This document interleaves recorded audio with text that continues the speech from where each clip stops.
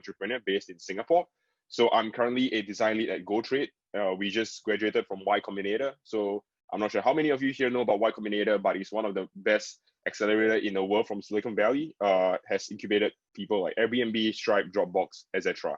So I'm a design lead there, and I'm also the co-founder at adplist.org. So it's primarily a global community platform connecting designers with mentorships and jobs. So I run my time between these two companies, of course, day and night, and definitely working on some exciting stuff at the back as well. So these are the main things that I'm working on front end that everyone can see. But I'm very excited to be here today to share with you a little bit about how these experiences has actually translated to what I've created as well, and what is the philosophy behind that. So previously, I also co-founded a startup, PackThat, a travel company that was acquired in 2018, and then I worked as head of design back in Indonesia. So I used to be traveling a lot, until COVID hit, and then I was like, oh damn, I gotta stay in Singapore. But I kind of, enjoy staying in Singapore back at home right now, and of course, everything feels a lot better when you're at home. Yeah. So and just a little sort of like introduction more about that side is that growing up, I've always believed that we need to constantly wake up every single day, feel very inspired to want to create a better world, a better experience for people. And I think I never thought that I would do it through design. I was an engineering student, so I was never formally educated as a designer. But I kind of like delve into design when I was back in school, and of course this is how I ended up as a designer. Yeah. So for those of you here who are not designers, don't worry, this topic is not just entirely for design. I think design is a way of life. Design is a thinking. Design is a methodology more than the practice itself. So I would love to share that more later on. So today, we're here talking about the trust economy. So the trust economy is something that I made up. Of course, it's not a formal term, but I think it's so important because the reason why I call it the trust economy, because I fundamentally believe that there are a few currencies that we are trading on today. One of the currencies that we are trading on is trust. Right. The other one is attention, which I'm not going to talk about the attention part today. I'm going to talk about the trust, right? Which is one of the things that we are trading on very heavily today as well, right? And we all want trust, but we got to earn it, right? We got to earn it, and we can exchange that with someone else, right? But once we earn that, and today's topic is understanding why design is key to fostering positive customer relationships, and in that sense, why design is key to actually earning trust from your customers or your community. And that has been the very fundamental part about the successes of a lot of platforms, I think, including ADP and even look at platforms like Airbnb, which is a great example. So I'll talk a little bit more about that as well. So yeah, I think a lot of designers here, if you have done freelance, you probably have faced a situation where like someone say, hey, I pay your invoice like 3 years later or whatever, 3 weeks and whatnot, and you feel so happy. But would you want to do that project again with the same client? Probably not, right? Because you had a bad experience, and you don't really kind of want to go back to the same person anymore. So I recently received this very interesting message on my LinkedIn. It says something like that, right? So it's from a stranger. I'm not going to quote him, and he say, hey Felix, I've never gotten a chance to work with you directly, but I heard a lot about your amazing storytelling skills and the magic you bring to your work with your clients. Hopefully one of these days I can see you in action. So this itself might not show a lot of things about trust, but this is the fundamental, I would say, outcome or output when trust is in the equation, and when trust is part of what you do, right? In this case, the trust was built between me and the client. And then, my client went on to refer and tell to other people about what has been done between me and the client. So it's not just important that as a client, you build that trust with your designer, but as a designer, right, which is the topic today, you want to be able to build trust with the people that you work with, not just in the product, but also the people around you. So trust is a very big topic because you can build trust in the product, and you can build trust outside of the product with the team that is building it around. Now, I want to, have a little sort of like throwback here, maybe a virtual show of hand. How many of you here actually understands this picture and sort of like have a name to it, like a sort of like a childhood name to this action here, right? Probably a lot of you guys find this very familiar right now. It is what we call the pinky promise, right? And growing up, you see, growing up, our parents would always say, give us like a pinky promise, with your friends, your family, and the pinky promise fundamentally means that I promise you something, and I got to give it to you, right? By a certain timeline or by, wherever, right? I just got to give it to you as long as I made this pinky promise. Now, as designers, unknowingly, we're actually making pinky promises every single day. And it's not just through us, but marketing is doing that for us as well. Don't blame the people in the marketing team, because that's their job, right? They gotta make this pinky promise for the product people, which we are a very big part of. And that is not wrong, that is what companies should do, and that is what individuals should do, right? You should pinky promise a certain value that your product is delivering, that your design is going to deliver, right? So whenever someone sees your design, and whenever someone, uses your product and whatnot, your services, you are essentially making a pinky promise. And that is fundamentally important, for a lot of reasons, right?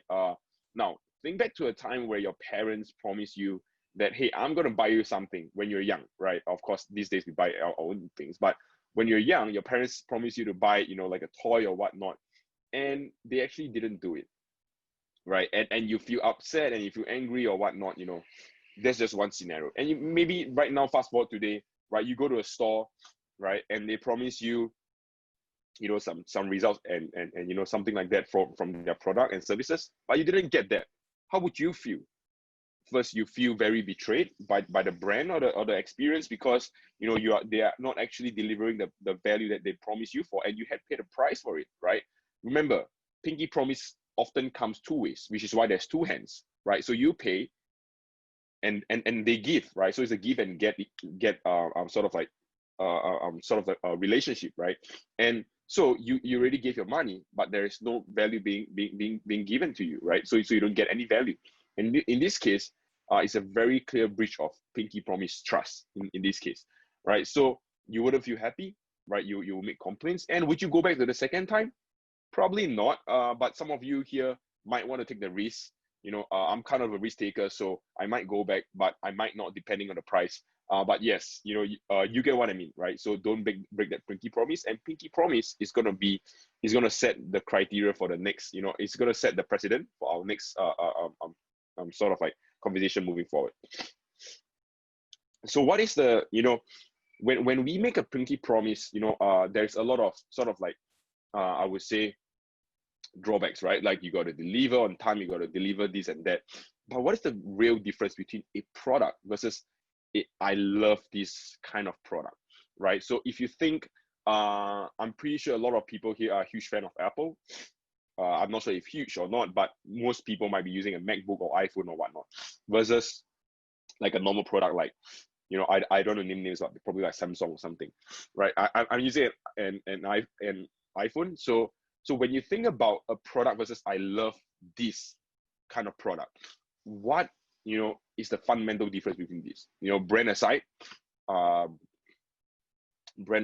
like things like marketing and everything aside, the key difference is that you trust that brand, you trust that product a lot more on the version of I love this product. And I'll tell you why, right? People tend to love things that they can trust. Why? Because they feel safe. Because they feel safe to be able to stick with this brand, to be able to stick with this person, right? You don't wake up and just say that you love this person, right? You wake up and just, feel like you trust this person. And, someday you're going to wake up realizing that you love that person, right? I'm not speaking from a personal experience or whatever, maybe. But what I'm saying is that, if you want to create a product that people truly love, you gotta, start thinking about how can you build trust in that product. And trust, like I say, is the fundamental currency in this equation. So the relationship with your community and with your customer, in this case, your audience, is trust, right? And trust is the only word here that we're going to talk about. And trust is really the fundamental currency in creating products that people love or will love, right? And I'll be honest with you, right? The first time that you launch a product, the trust is always at 100%, right? In a case of product versus relationship, you got to try to earn that trust. You got to build that. But I'll tell you, something very different about design and something very different about products and the market is that people trust you first, which is the only reason why they will start using your product and even make a deposit, right? People will trust you first. So you got to remember this. As a designer, right? When you design products, the trust is at 100%, like 100, right? Top of the bar. Now, anything you do to break that trust or in their experience, it will only go down, right? So the trust is only at the maximum, right? It will only go down from there if you do anything. So it's very different from relationships. In relationships, we got to earn trust. We got to earn trust from our friends, from our family, loved ones. But in products, you got to know, it starts from 100%. So trail that adventure very, very carefully, right? Understand people very carefully as well. You know, growing up, I think a lot of us here, we grew up with kind of like a stranger danger bias, where you see our parents would say, hey, you know, don't go out late in the middle of the night, or like don't talk to any strangers because they'll kidnap you, whatever, put you in the trunk. And I think, of course, like sometimes it's true, right? I do not want to dismiss that you know, that kind of myth or whatever, but sometimes people do get put in the trunk. So please, you know, don't you know, be careful. But I think the stranger danger bias fundamentally means that, you know, a stranger is dangerous. And I think that is because we don't tend to trust strangers, right? We don't tend to trust people that we have never met before. So how do platforms like Airbnb and how do platforms like ADP List, where we connect designers and mentors, and these mentors and designers have never met each other before in the world, and how do we actually breach that? How do we actually overcome that stranger danger bias? Because this is something that we have been inherently brought up with. You see, before ADP List existed, you know, I see a lot of messages like this every single day. People DM me, they say, hey, Felix, can I get a mentorship from you? Can I, you know, I do this, I do that. Do you have a job referral? You know, they just come up and introduce themselves, right? And you get a ton of messages like that. And sometimes you reply and sometimes you don't, right? Because there was no common topic. People just come up to you like that. You know, it's sort of like on the street in a party where someone just come up to you and you're like, okay, what's the purpose here? What's the goal? What is the exact thing that we're talking about here? This leading to nowhere, right? So this happens very, very frequently. And when ADP List came out, we changed that. You know, the entire landscape changed because of the amazing design people list. And I want to tell you a little bit more about this journey and how we actually build trust within this community. Very, very, you know, global, yet I would say very positive and lovable community here. So I started this platform really back in April 10, you know, with my friend from West Africa, right? I'm in Singapore and he's in West Africa. And by the way, we have never met as well before, but we often call almost every single day. So we started this as an Excel sheet and we say, all right, let's help people in COVID-19 that were getting laid off, specifically designers, right? So we put a bunch of emails there, a LinkedIn and whatnot. And what happened was that, you know, these mentors on the Excel sheet, you know, they started to see people DMing them, say, hey, can I get mentorship and whatnot? It gets very overwhelming. And the thing is that, you know, there wasn't even sort of like a common topic and relationship to try to be built off with, right? And start. So it's sort of like almost as cold as it gets. And we decided to build a website, right? And so this is the evolution of the website's our mentors card. So this is how you actually see the mentors card today. And of course, there's a bigger evolution that I'll show you later. So it started from 16 April, the version 1, and all the way to, you know, June, version 2.2, right? Where we started to add more details. For example, like things like your company, your name, your email, your LinkedIn and whatnot. And even today we have things like your portfolio review. Like, are you mentoring portfolio review? Are you giving career advice? Are you helping with interviews, right? So then we slowly, you know, sort of like tread into more details. And what we realize is that fundamentally, the more details that you provide, essentially, you are like a friend in the party that says, hey, you know, meet my friend.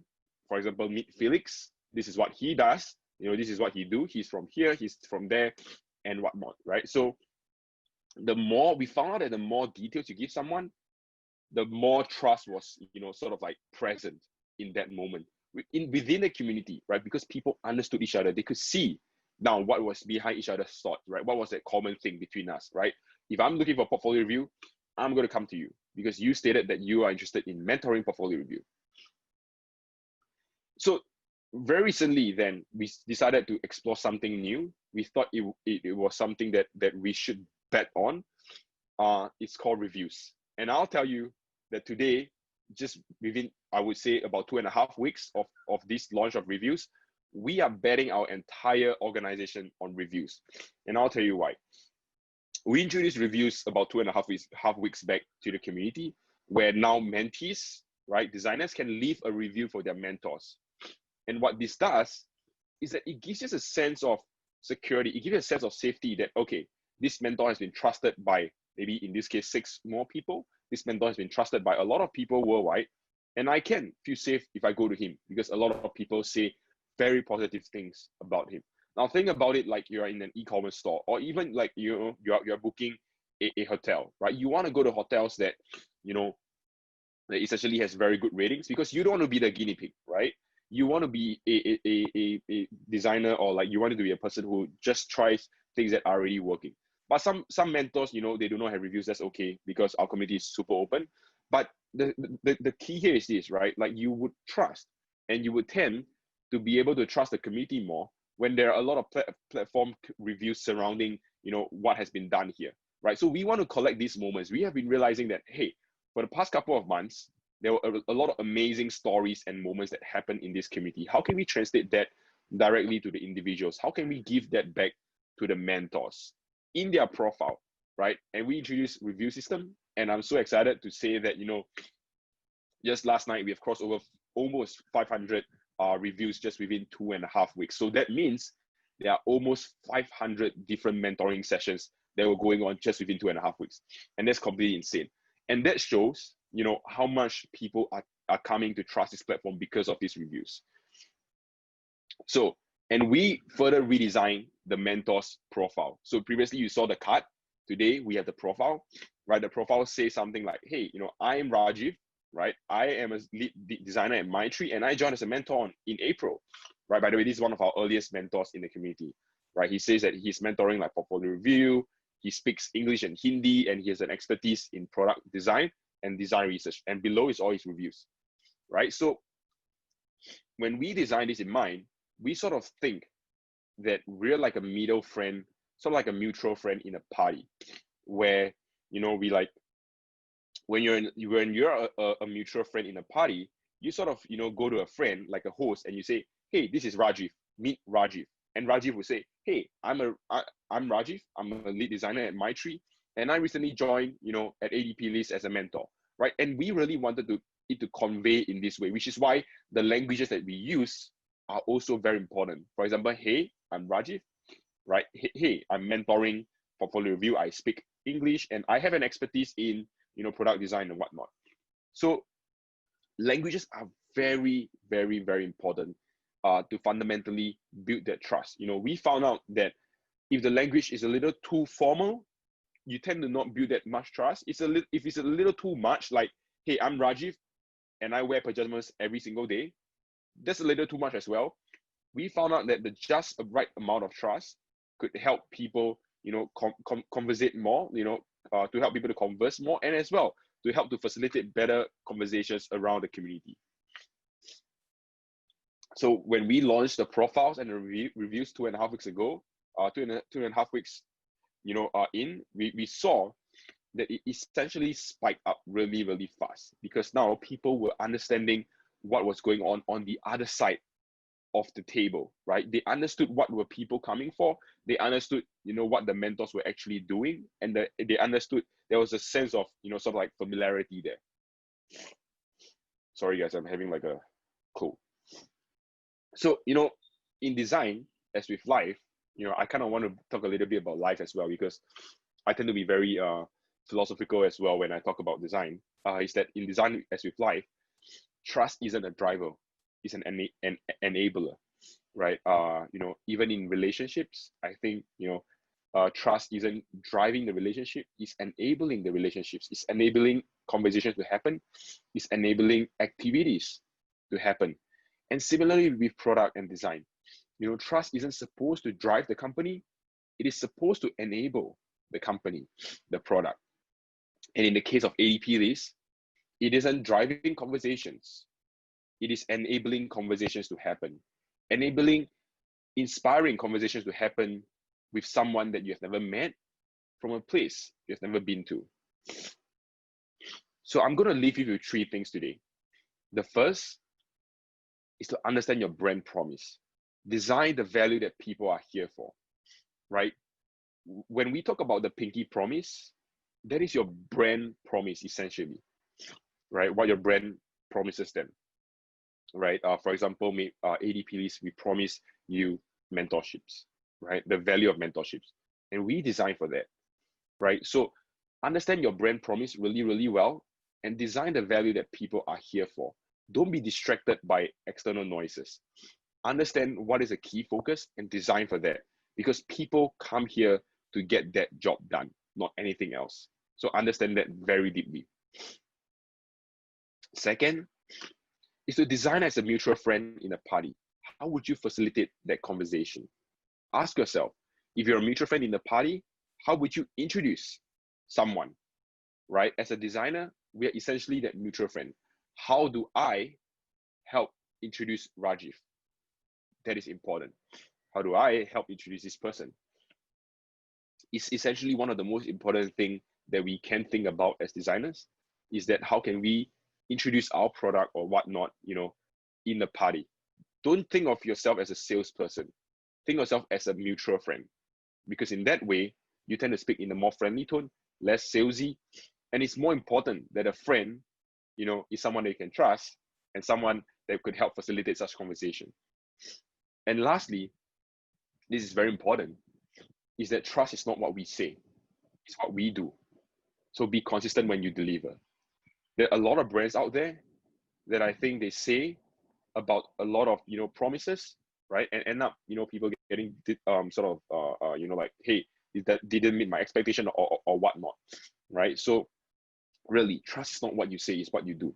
So be consistent when you deliver, right? Like I say, understand your brand promise, right? And do right for that promise, right? Nothing else. And be very consistent when you consistently deliver that promise and build trust around that, because that is fundamentally the most important thing. We see a lot of companies do that really, really well. In fact, I think some people might say Apple does it really well. I think each company has its own flaw, right? I think Nike has done a remarkable job in terms of branding themselves and also building trust, right? And today's topic, when we talk about trust, it isn't just designing products or services, but we talk about brands as well. You realize that I talk a lot about brand because brands are the first sort of like consumer facing kind of thing, right? People hear about your brand first. And what are people going to think about when they hear your brand? What are their friends going to say when they refer your brand to someone else? It's not so much about the product in essence, right? So be consistent when you deliver so that people will speak good of you and what you do. And I hope, we have had an amazing discussion today and talk. Fundamentally, I think when we start to design for trust and we start to understand that trust is essentially isn't a driver, it's an enabler, I think we can empower more inspiring conversations around the world. I think we can start to empower a lot more people with, many different opportunities. I think trust would help us to foster more inspiring friendships from around the world. And I think when we start to do that, it makes me kind of wonder, like, what else can trust help to build next? And what else can we design next? Because that is so important. And I think if there's a takeaway here, is to really understand that trust starts from you, and you got to start designing for that first. So yeah, thank you so much, fellow designers. And please, let's keep designing on. And I would love to, open the floor up for any questions and discussions moving forward. And thank you for sitting in and listening to this presentation. Thank you, Alex. We have a couple of questions here. So first question is from Lacey. Does the brand promise connect also with us as designers marketing ourselves?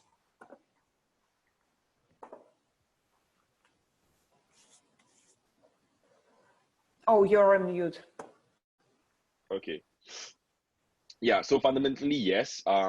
Trust is, can be built typically anywhere, even yourself, as a personal brand. I think even with brands like, like I think I often like to take Apple and Nike. They are one of the best brands in the world. They don't tell you about their products. I think they tell you what they stand for. And the difference is this, right? When someone tell you what they stand for instead of what they do, there is a trust being built there, because first thing, they know why you're doing it. And I think it's so important you understand someone's deep purpose, right, in their product. So whenever I tell someone about my product, I don't tell them this is what the product does. I start off with like, what is my mission first? What is my why, right? And that is so important, because people don't buy into what you do, they buy into why you do it. So trust, to your question, can be built anywhere, personal brand, and whatnot. And I think it really starts off with understanding, right? It's a really collaboration kind of thing, where you got to understand from your product team, right? Like, hey, what are you guys delivering, right? What is the value that we're delivering? So that you are clear that you only sort of like brand towards that value, right? You wouldn't want to, do something else that your product isn't doing. And at the end of the day, there's sort of like a mismatch. And I think that is a very important question that you ask, because this brings me to my next point, which is there are some companies that, builds trust really well, but not brand. And there are some companies that does it really well for branding and not really product. And that's because there's a fundamental sort of like a sort of like disconnect between like the team, maybe in terms of collaboration. I'm not sure. But you see that remarkable companies, when I mean legendary great companies, again, I'll bring up Apple, is that they have one singular voice. It almost feels like at Apple, the product and the marketing is from one single person. It's, the branding, the feel, the design and everything, it almost feels like it's from one single person. And that itself is the key, because there's a lot of, facilitation of conversations. There's a lot of understanding and deep understanding between each of those teams to be able to produce such results, right? And if you want to be able to produce such results, you got to start thinking, how do I better collaborate with someone? And my advice is to start very early. It means to, when I build my product at GoTrade and even at ADP list, every single feature, every single product and services that we want to launch out, I would really involve like the stakeholders, like the marketing people, like the branding, the creatives and whatnot.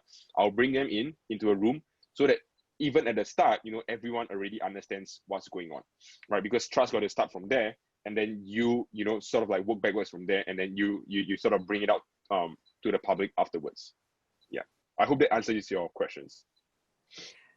Thank you so much.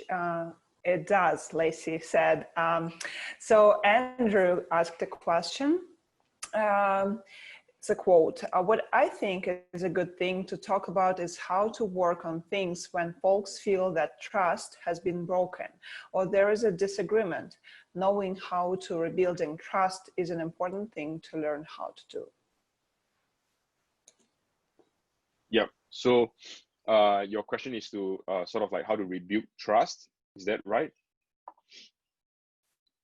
Okay, got it. Yes. Okay, I just got to buy more time for me to drink water, actually. I'm just kidding. Okay, so to that question, I think sometimes trust gets broken, and I think that happens in a lot of cases, and it is, frankly speaking, it is quite hard to actually earn back that maybe like 5% out of 100% or whatnot. It is quite hard, but it's not entirely impossible. So there are a lot of things that we can do. I think, like I say, one of the best things that we can do is to consistently keep delivering on the value that we promise. Now, in that way, when we consistently keep delivering that promise, we would recover that 5% really, really quickly, right? But you got to keep being consistent. You can't do it once and then not do it again. You got to do it every single time the customer comes back, right? Like same thing for a restaurant, right? You can't go to a restaurant, one day they serve you the nice food and the other day they don't. So what? Do you expect me to trust you guys, right? Because there's a 50% chance that I am going to get a good or bad food, right? So I wouldn't want to bet on that. So think about it from that point of view, right? And as a customer, you essentially want to keep delivering a consistent value. So even if it's just one bad food, they wouldn't think that the next time I come back, it's going to be bad, right? Because you have consistently delivered it for like, I don't know, 10 times or 20 times, way more than it one bad experience. So the key here is to consistently deliver that good experience that you essentially promised for, right? Bad experiences happen, and I think that's okay. Sometimes mistakes were made. I think we gotta forgive ourselves first, and then we gotta move on and understand, learn from that, and then consistently keep delivering and improving from there. I think that is the most important mindset moving forward, because there's no way to say like, oh, trust is broken, put in like a review system, put in or whatever, which is why I never talk about like features or whatever. Like I don't introduce a lot of like things like, oh, you got to put this feature, you got to build like like the number of reviews or whatnot, because that is not important. There's a lot of features that you can do to build trust, but more importantly is the mindset. Like you got to think consistently. I think that is very, very important. Thank you so much. Yeah, I completely agree. Another question, are there ways to repair trust in broken teams where the trust is not in the place? I personally haven't really I think there are a couple of instances where that happened. Personally, I think that was in the very early days of my sort of like career, and I haven't really sort of like really took a chance to share that. But I think today I would love to share that as well. So when I was starting up, a lot of things happened when I think like almost 5 years back or whatnot, 6 years, when I was still in school where I started up, right? And a lot of things happen when things don't go according to plan. I think when things don't go according to what individual wants and need. So first is to understand, when there's a miscommunication like that, you got to really sit down and talk about it. You got to really understand that, trust, like I say, it's not like product, right? With people, it has to be earned. So I often think that the best approach is to really sit down, be very direct and straightforward. I think in my culture in Singapore, at least in what I see, is that people tend to shy away from such conversations, right? People tend to shy away from confrontational conversations. But I think that when you confront someone, it's not coming from a point of like, hey, I confront you because I'm right. But it's more of like confrontation. It means coming face to face and actually having a very genuine point to say that you want to build a trusted relationship, or that a very genuine point of view that you want to make things happen, right? And from a point of view, like, how can we make that happen? Not how can I make that happen, right? Because it's both sides, right? So how can we make that happen, right? What are some of the compromises we got to make? So I think looking back, I can happily say that I sort of did that and recovered a really precious friendship and also a working relationship from there, because of the fact that I wasn't afraid to sit down, talk to them about what's going on. I think it's often very valuable when someone comes to you, be honest with what the problem is, instead of saving it to the end. Because when you save it to the end, it just comes at one shot and bam, boom, everything happens. So don't save feedback or don't save any of such thoughts to the end. Keep it coming every single day if there's any. Don't learn that hard lesson of saving it to the end. Yeah. Thank you. You guys, if you have any questions, please unmute yourself and ask a question if you want, or you can just quickly write it down in the chat and I will ask it. So far we don't have any other questions. All right. Well, I have one. Well, I think this is when you, Felix, mentioned about consistency. I'm surprised and also kind of wondering, how did you manage to have a consistent message and people kept on trusting you in a consistent manner once you started, let's say, from a very humble spreadsheet to build, let's say, a whole platform with so many, let's say, 6,000 now mentors and other partnerships and so many things going on. How did you manage to put a cohesive vision together? Sure. Thank you for that question, Luis. Really meaningful one. So I think, I like what I've said in earlier talks is that people don't buy into what you do; they buy into why you do it. I think Mhm. we begin from a very humble beginnings of a spreadsheet, and I think the key hasn't really been about the product, but the key has been about the people driving the product and what was the mission behind it, right? I think most of the mentors today, I am actually friends with most of the mentors like yourself. So guys, Luis here is a mentor. So I'm actually friends with almost every single mentor because I'm the one who emailed them and I say, hey, thank you for being a part of this community. I personally still email every single one of them, even today. And I think that effort is not going to stop. It's just going to keep growing. And it is such very small little actions that show someone that, you are genuine about what you do.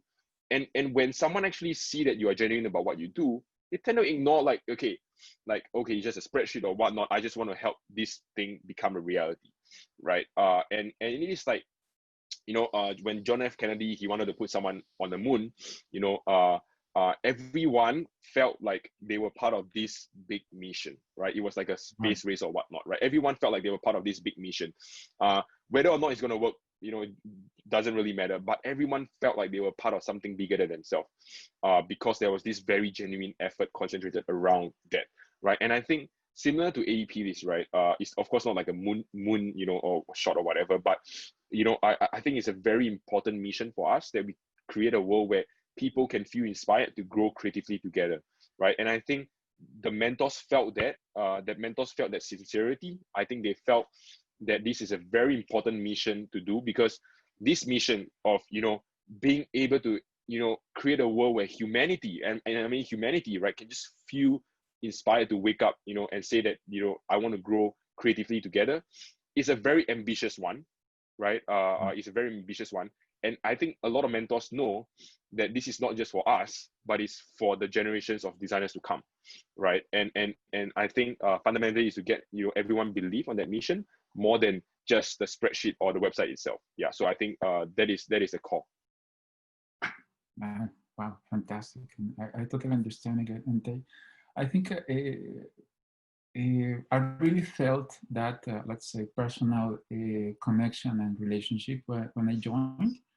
Truth be told, I submit my application, and then the next, let's say, next week or so, I hear from you. And it's like, wow, okay, I was like, wow, this is fantastic. Yeah, so yeah, let's say I replied, and suddenly I saw, actually I was in. So it's true, it's all that personal connection is not only, let's say, a theory, right? I felt that, and I really felt it was a really welcoming message, and also for me, just being able to see on the Slack channel other people coming in and going through the same process, and feeling that support, it is really meaningful. So yeah, if you don't mind saying, but let's say let's say nobody really thinks about the moon right now,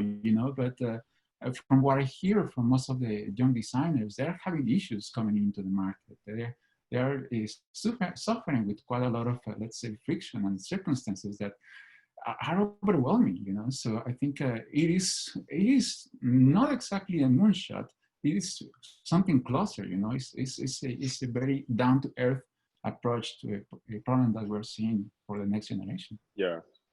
I kind of want to bring up something important, not related to trust, of course, but I think recently I've been looking a lot into sustainability.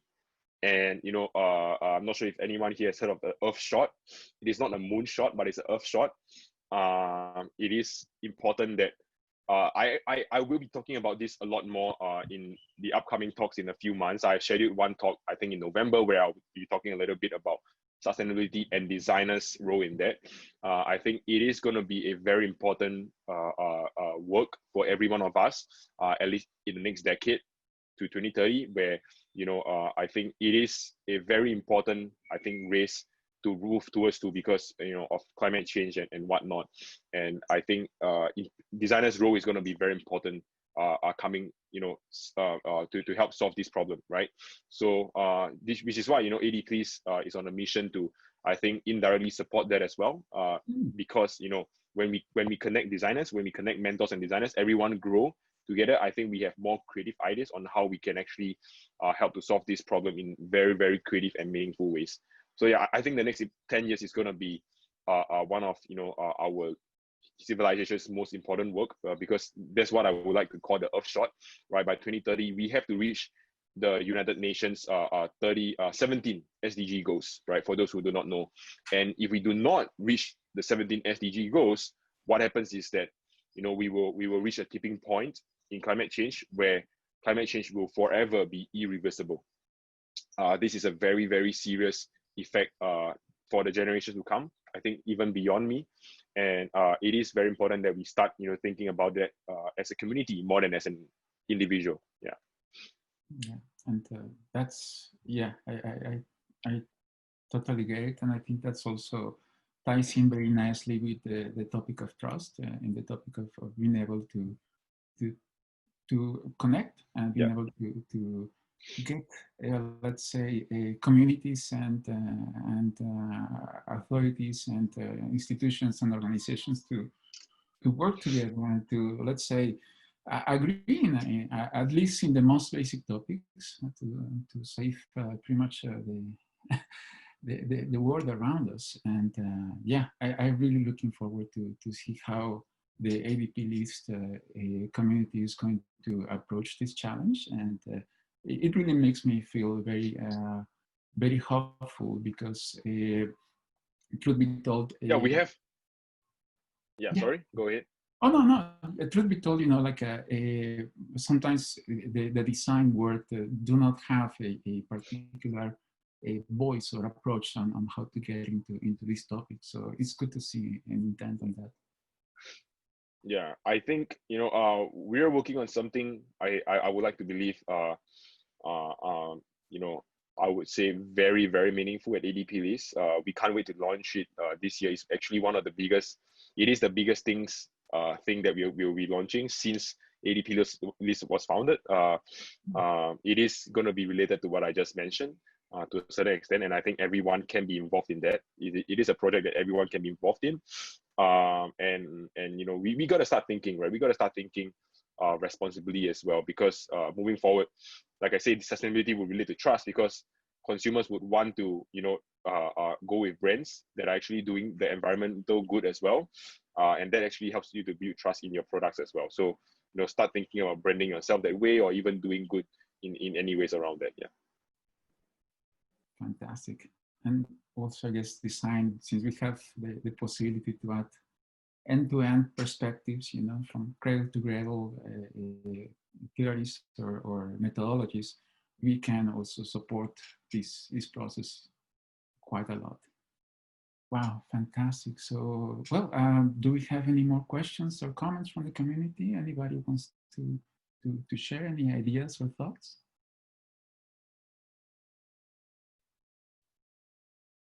Okay, well, Felix, some final words. Anything else you would like to add before we call it a day for you? We call the night for the rest. Yeah, I think I have nothing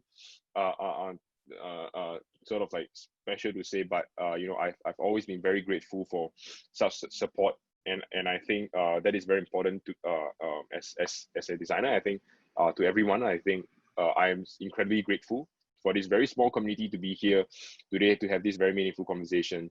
It's just like a very, like I say, it's a safe space where everyone can come here, interact, and sort of like think out loud and just express themselves without any judgment. I think that is very important for all communities, and I thank you all for being a part of this and joining me from wherever you are. I think this is a very, very special moment for me as well. So yeah, thank you all so much.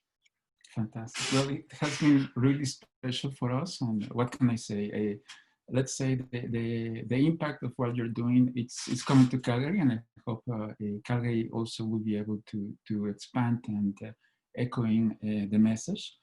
And what can I say? Thank you everybody for joining. It's been a really wonderful night. It doesn't really have to end right now, But before we leave, let's say that there are also ways to continue the conversation. I have to say that we have multiple channels where you can stay in touch, and especially for the new people that are joining, we have the website, which is, let's say, one side conversation, but we have also the Slack channel, and I'm going to try to paste it somehow somewhere over here, so you have the possibility to connect. Please sign in, say hello. You don't have to be from Calgary to really be able to interact in any shape or form.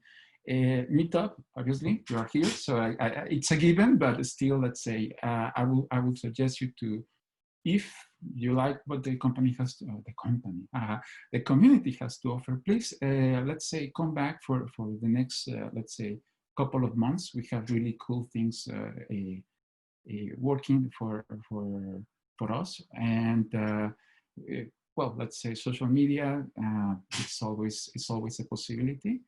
And what can I say? You know, like if all of this is made for you, so we try to fit your needs in the best way possible. So we need your feedback. Later on, we're going to send a survey if you want to, let's say, introduce or give us some let's say, a kind of like a more informal a sort of communication. Please bring it up. We are always open and happy to listen in sort of recommendation or suggestions. And what can I say? You know, please, before you leave, I will say just a kind reminder. You know, please stay safe. I think it would make us very happy to hear or see your faces, let's say, next time, and listen to you again. And well, let's say what's coming up. Well, we are working in another great event. And just to give you a bit of a hint of who is going to come, just kind of like leaving it a bit as a surprise. Let's say that person used to be part of Netflix. So the hint is, ta-da! All right, so please, we're going to leave the channel open a little bit more time, you know, so if you want to chat or you want to, let's say, introduce yourself, I'm going to stop sharing, and then going to stop recording, so you don't feel like you have to take care or watch for your words. And once again, thank you very much, Felix. I think it's been a wonderful night, and we couldn't think about the value of this of your message enough. I think it's going to have also a positive impact with the rest of the people. So thank you.